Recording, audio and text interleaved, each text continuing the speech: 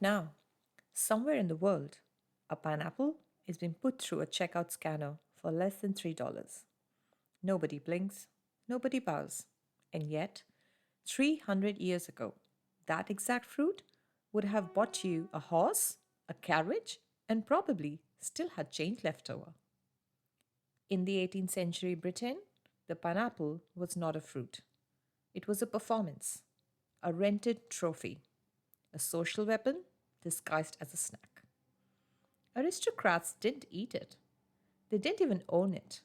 They hired it for the night, carried it like a badge of rank, and returned it to the shop the next morning, still intact. The pineapple was the world's first luxury rental. And what happened when everyone could finally afford one might be the most quietly devastating story in food history. To understand the obsession, we must look at the brutal logistics of the 1700s Atlantic. The pineapple is native to the tropical warmth of South America and the Caribbean. A pineapple takes 18 months to grow. For European empires, bringing one back alive was a high stakes maritime gamble. Wooden vessels crawled across the ocean, plagued by dampness, rot, and vermin. A single journey took months, and the fruit ripened whether you wanted it or not. If a ship's captain managed to keep a pineapple from dissolving into fermented mush before reaching the docks of London or Paris, it was a miracle. Supply was agonizingly thin, demand was almost incomprehensibly high. And when scarcity meets desire at that scale, the market does something extraordinary. It stops pricing the fruit and starts pricing the idea of it.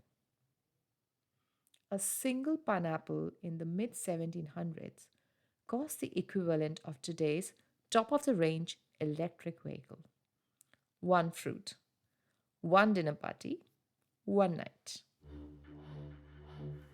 The British elite responded to unreliable imports the way the ultra wealthy always respond to supply problems. They built their own infrastructure. Enter the pineapple stove, a climate controlled glasshouse engineered to trick a tropical plant to believe it was somewhere warm. These were the 18th century clean rooms, precision environments, monuments to control obsession.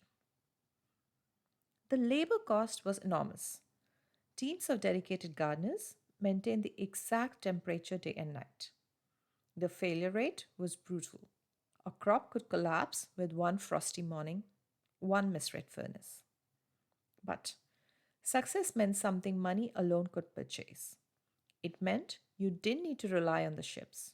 You produced your own pineapple on your own land and you displayed it at your table as a proof that you had outrun even geography itself. The fruit itself was an exercise in sensory alchemy. It did not look like European produce. It bore a crown of thorns and a body patterned like dragon scales. Inside, its chemistry was a violent contrast of sharp citric acid and deep, intoxicating sweetness that overwhelmed the European palate. But for the Georgian elite, the true alchemy wasn't in the taste, it was in the preservation of its presence. Specialized rental shops emerged in London. If you couldn't afford to grow a pineapple, you could lease one for the night, exactly like influencers renting designer handbags. Aristocrats carried a single rented pineapple to elite galas as a portable badge of influence. The fruit would travel from dinner party to dinner party, catching the candlelight, filling drawing rooms. To never eat, it proved you were so wealthy you were above basic human needs. But every luxury bubble eventually pops. By the mid 19th century, the alchemy of steamships and industrial farming tore down the walls of the pineries. Fast transit meant pineapples could be imported en masse. Suddenly, a commoner could buy a fresh slice on a street corner for a penny. The prestige collapsed overnight. The elite disgusted by the sudden availability of the ultimate status symbol, abandoned it entirely, pivoting to the next rare experience. The digital flexes of today mirror this ancient cycle. What is priceless today is a common commodity tomorrow. The luxury rental had become the lunchbox staple. The Dole Corporation turned the pineapple into exactly what the elites had feared most: ordinary. The pineapple's collapse from luxury to commodity in Britain was simply the fruit returning to what it had always been everywhere else: something grown for joy, not performance. History hides quietly in plain sight, tucked away on our kitchen counters. Every food we treat as ordinary was once, to someone, extraordinary.